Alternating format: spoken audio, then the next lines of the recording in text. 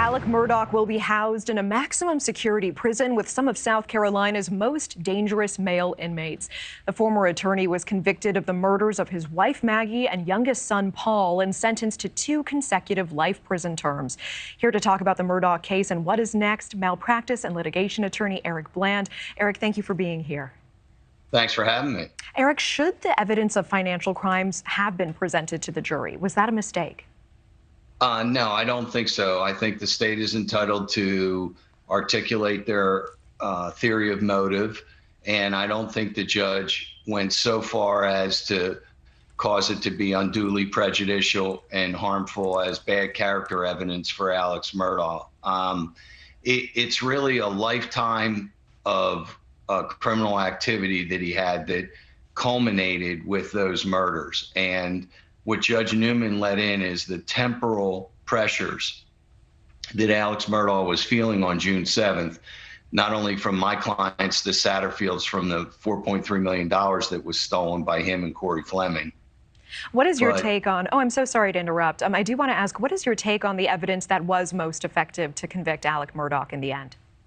Well, I think it turned from a scientific trial of DNA, blood splatter, and gunshot residue to a technological trial of phone mapping, OnStar, and videos. And then once he took the stand, all that went out the window, and it became a referendum on Alex. And I think the jury convicted because they weren't going to let him pull one last con over them about his lifetime of lies. And I think the big lie was that he wasn't at the kennel. That lie that he told to his family members, especially to his son Buster, in addition to law enforcement, and then trying to change his story where on the 911 call he said he checked the pulses of Maggie and Paul before he called 911, and then when he testified after.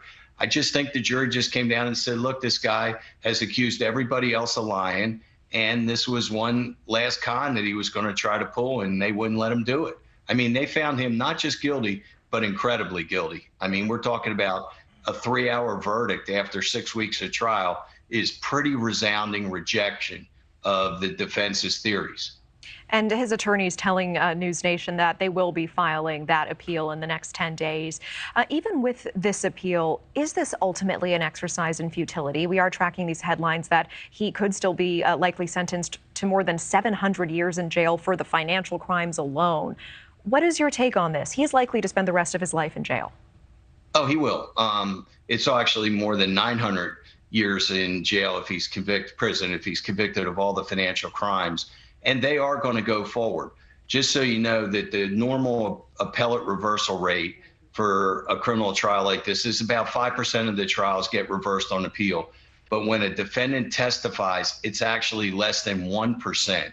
Because the appellate courts say that the errors that may have existed in connection with improperly admitting evidence are negated by the fact that the defendant took the stand, waived his Fifth Amendment right, and the jury could judge that his credibility was shot, and that's why they voted against him. I think there's a very low likelihood that this case is going to be reversed on appeal. And as the judge said in his sentence, he's scheduling these financial crimes trials immediately. And I talked to Creighton Wooders after the verdict came in, and he told me that the Satterfield case is going to be scheduled for trial immediately. So I would expect that trial to take place within the next 3 months. And don't forget, he admitted on the stand last week that he was guilty of all those financial thefts. So I think the state's going to do a little belt and suspenders, protect themselves just in case the murder case gets reversed.